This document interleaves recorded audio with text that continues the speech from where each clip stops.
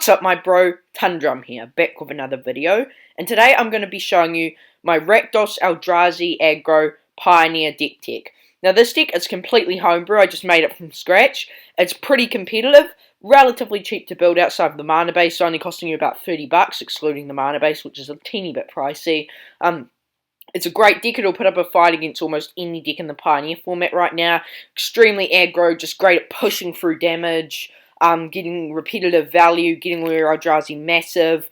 Your enemy's never safe. You always have something to haste and or deal overkill damage to them. It's extremely fun to play and just an all-round great deck. So, without further ado, let's get into the list. So, first up, we're running 4 Metallic Mimic and 4 Forerunner of the Slaughter. Now, Metallic Mimic, it's really viable in pretty much any tribal deck. It's a 2-mana 2/1 artifact creature shapeshifter, and when it enters the battlefield, we get to choose a creature type, which will be Eldrazi. Then, it is the chosen type in addition to its other types, and each other creature we control enters the battlefield with an additional +1/+1 counter on it. This card is super solid, of the chosen type, with 1/1. It makes all our other Eldrazi 1/1, and it gets it turns into an Eldrazi.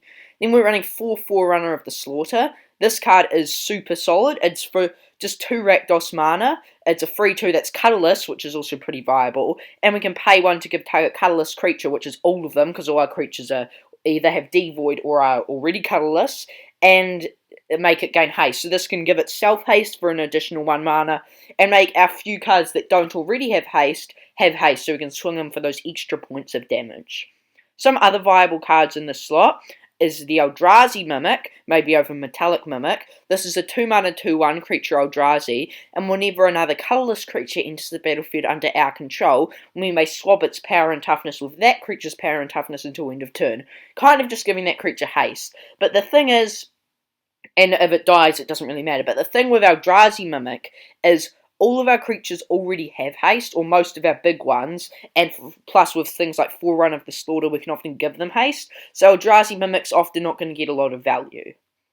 Coming up next, we're running 4 Bearer of Silence and 4 Eldrazi Obligator.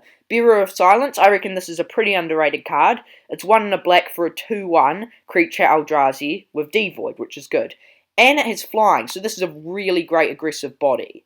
But then it can't block. But we don't really mind, because we're going to go all out aggro anyway. 2-mana 2/1 flying is always great stats. But then it has this massive upside of when we cast it, we may pay 2 if we do target opponent sacks a creature. We do have to pay 1 in a colourless, but we have quite a few colourless producing lands. Things like Fabled Pashes help us get for our wastes to get colourless. A lot of really powerful lands like Nykthos, they tap for colourless, so this is often easy to do, and keep in mind, even if this gets countered, it still does this effect. Then we have Eldrazi Obligator. It's a 3-mana 3/1 creature Eldrazi with Devoid, and it has haste. This is already a nice aggressive body, and when we cast it, we may also pay 2, just like the Bearer, but this time we gain control of target creature until end of turn, untap it, and it gains haste. This, for just 5 mana, even the free, it's still a great aggressive body. For the mere 5 mana, you get tons of so much swing damage, destroying an opponent's blocker, getting another massive attack threat, and having haste so powerful. Both these cards are essential includes. Other viable creatures in this slot are Wasteland Strangler and Vile Aggregate.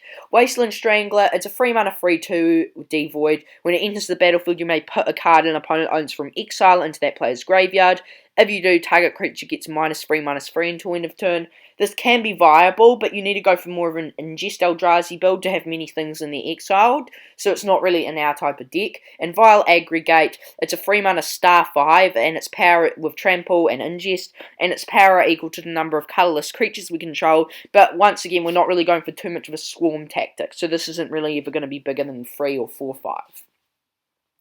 Coming up next, we're running 4 Flayer Drone and 4 Matter Reshaper. Matter Reshaper is so powerful. It's been played modern. I even think it's seen play in Legacy. That's how strong it is. It's a 3-mana 3/2, but when it dies, we reveal the top card of our library. A 3-mana 3/2 is already okay. And then you may put it onto the battlefield if it's a permanent card with CMC 3 or less, which is about 75%, 80% of our deck. Otherwise, we get to put it into our hand. It gets us cards, and often we'll summon a nice, like, hasty body or a thing like the Flayer Drone into play. Then we've got Flayer Drone. It's a 3 mana free one with Devoid and First Strike. This is a nice body that's really hard to stop on the offense. And whenever another colourless creature enters the battlefield under our control, target opponent loses 1 life. So this really helps us push through those extra bits of damage and finish them off. Super solid card. It doesn't see much play in Modern, but I reckon in this Pioneer build, it is definitely worth the include in 4 copies. Another viable include here is maybe Nettle Drone. Nettle Drone's kind of similar to Flayer Drone. It does always get at least 1 damage through, but if you want, yeah, but it doesn't have the First Strike, and I just don't really think it's worth the include. It doesn't have the First Strike, and which makes it much worse and harder to attack with. And the Flare Drone essentially, all our cards are colourless, so the Flare Drone essentially kind of says they lose the life, you get to ping the enemy anyway. Yeah, I just think Flare Drone's a much better include. Coming up next, we're running 4 Fortnite Seer and 4 Dust Stalker. Dust Stalker doesn't see much play, but I reckon it's worth it. And Fortnite Seer, wow, this card's so powerful. One of the most powerful Eldrazi out there. It's a 4 mana 4/4 creature Eldrazi, and when it enters the battlefield, target opponent reveals his or her hand. You choose a non-land card from it and exile it. So it's got a nice body and it exiles a card. And it gets a nice, like, really powerful hand removal, like a Fortsies type effect without the life loss. But then when it leaves the battlefield, target opponent draws a card.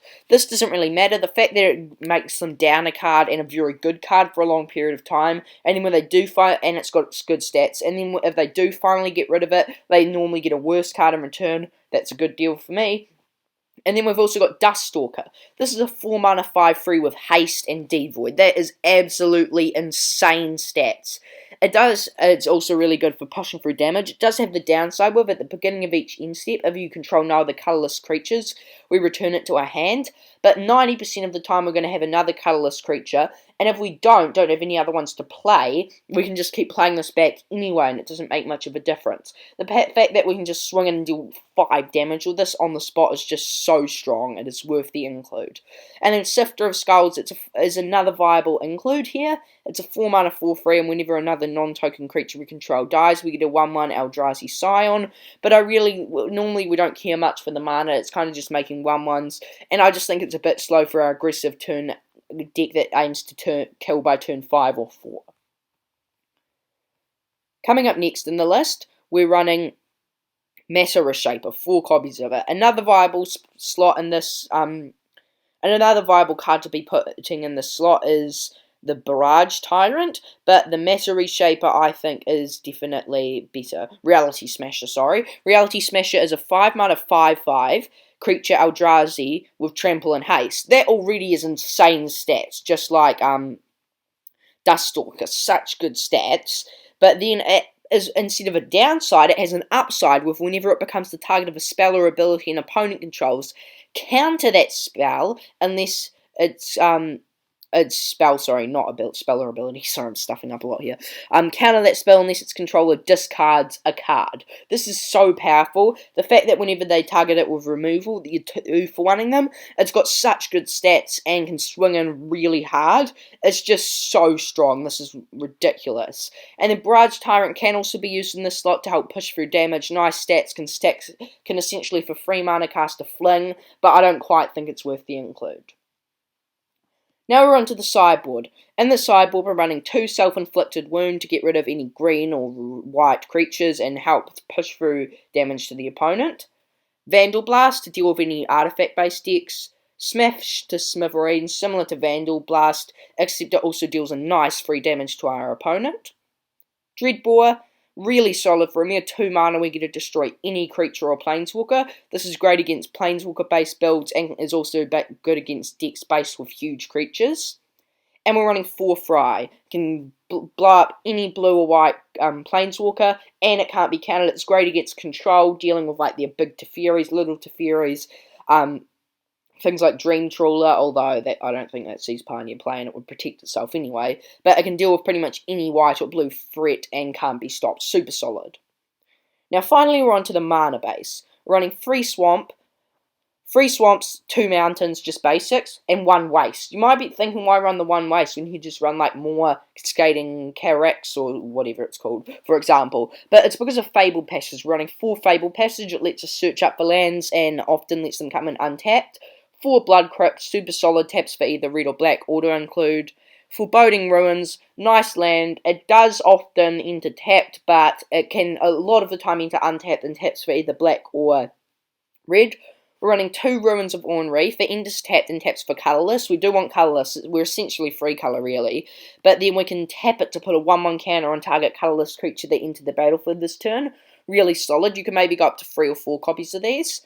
1 Cascading Cataracts, it's indestructible, taps for colourless, and can also later on for 5 and a tap for any colour, 5 of any colour, which is nice if we're struggling on mana fixing. We're running 1 Nykthos, so you can maybe go up to 2, but this is a legendary land, so it does have the downside of that, but it taps for colourless, and we can also maybe get a bit of a mana profit if we have high enough devotion for a certain colour. And then we're running 4 Mutavault. Mutavault is also what really pushes the deck over the edge, letting this land that taps for colourless in our mana base for a mere 1 mana turn into a 2/2 Eldrazi is so strong. It works with all our like colourless creature benefits, all our Eldrazi benefits, so strong. And yeah guys, that concludes the video. Hope you enjoyed the list. If you want to see more from me, make sure to leave a like and subscribe. I definitely reckon there are better twists on this deck, but this is the best list I could come up with over the time being. If you guys have any other better ideas, feel free to say so in the comments below. It would be really appreciated. And yeah, I will hope to see you next time.